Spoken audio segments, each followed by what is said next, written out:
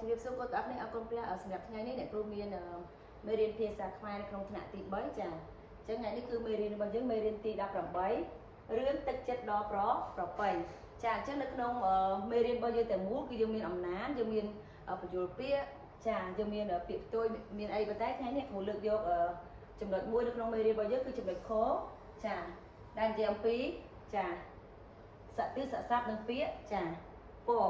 ចាអញ្ចឹងថ្ងៃនេះអ្នកគ្រូលើកយកចំណុចមួយនេះសម្រាប់បង្ហាញកូនទាំងអស់គ្នាចាហើយថ្ងៃនេះអ្នកគ្រូមានពាក្យចំនួន2ចាពាក្យទី1នេះគឺអានថាពោចាដែលយើងសរសេរថាពោនិងរយើងអានថាពោ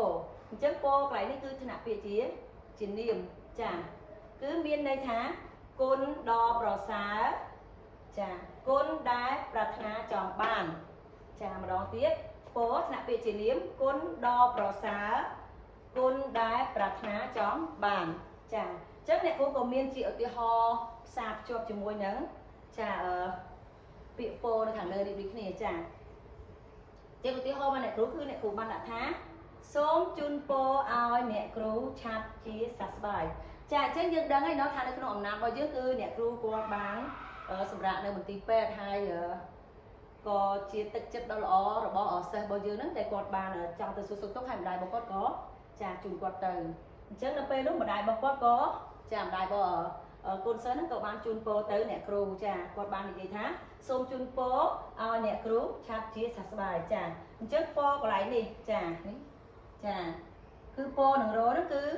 ចាគឺមានន័យថាគឺជាគុណដ៏ប្រសើរគុណដែលប្រាថ្នាចង់បានអញ្ចឹងគ្រប់គ្នាអ្នកណាក៏ចង់ស្ដាប់ពាក្យឲ្យពរចាពីចាស់ទុំពីអ្នកដទៃដូចគ្នាចាពេលដែលអ្នកដទៃឲ្យពរយើងមានអារម្មណ៍ថាមានចិត្តសប្បាយរីករាយចាមានអារម្មណ៍ល្អចឹងទៅចាអញ្ចឹងអ្នកគ្រូក៏មានឧទាហរណ៍មួយទៀតសារចុចមួយរូបភាពនេះគឺតើតើនៅក្នុងព្រះគម្ពីរគាត់ចានៅក្នុងព្រះគម្ពីរគឺជាសាច់រឿងមួយដែលនិយាយពីលោកអ៊ីសាក់ដែលគាត់មានកូនភ្លោះ2នាក់ហើយជំនាន់នោះគឺកូនណាដែលទទួលបានពរពីឪពុកគឺគាត់មានចិត្តសប្បាយរីករាយត្រេកអរហើយពិតជាពេញចិត្តហើយពិតជាគាត់ទទួលបានដូចជាទ្រព្យសម្បត្តិមួយយ៉ាងស្ដុកស្ដំអញ្ចឹងចានៅពេលគាត់ទទួលបានពរពីឪពុកចាអញ្ចឹងគឺដូចនឹងន័យរបស់យើងចាការពរកន្លែងនេះគឺពរថ្នាក់ពាក្យជាកិរិយាសព្ទចាដែលមានន័យថាលើកដាក់លើចង្កេះគៀកនឹងដៃចាអញ្ចឹងម្ដងទៀតពរចាពរកន្លែងនេះអត់មានរោគាត់ណាចាពរថ្នាក់ពាក្យជាកិរិយាសព្ទ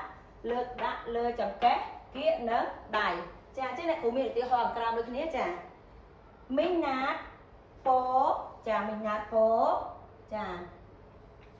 កូនទៅងូតទឹកចាម្ដងទៀតមីងណាតពោកូនទៅងូតទឹកចាអញ្ចឹងពោកន្លែងនេះមានរកូនអញ្ចឹងន័យរបស់វាគឺមានន័យថាម៉េចលើកដាក់លើចង្កេះគៀកនឹងដៃចាឥឡូវយើងមើលរូបភាពជាមួយអ្នកគ្រូមកចាអញ្ចឹងមីងណាតគាត់កំពុងតែពោកូនគាត់អញ្ចឹងកូនគាត់បានយកមកដាក់នៅលើចង្កេះហើយបន្ទាប់មកគាត់យកដៃរបស់គាត់គៀកឃើញទេចាគៀកនឹងដៃរបស់គាត់ហ្នឹងឃើញទេចាអញ្ចឹងដូចនឹងន័យរបស់យើងដែលបានបង្ហាញអញ្ចឹងចាអញ្ចឹងអ្នកគឺសង្ឃឹមថាមេរៀនថ្ងៃនេះនឹងជួយកូនទាំងអស់គ្នាហើយសង្ឃឹមថាកូនទាំងអស់គ្នានឹងត្រឡប់ទៅផ្ទះវិញហើយយើងអាចមើលមេរៀនបន្ថែមទៀតសូមអរគុណសូមប្រាប់ទានពរគុណជម្រាបលា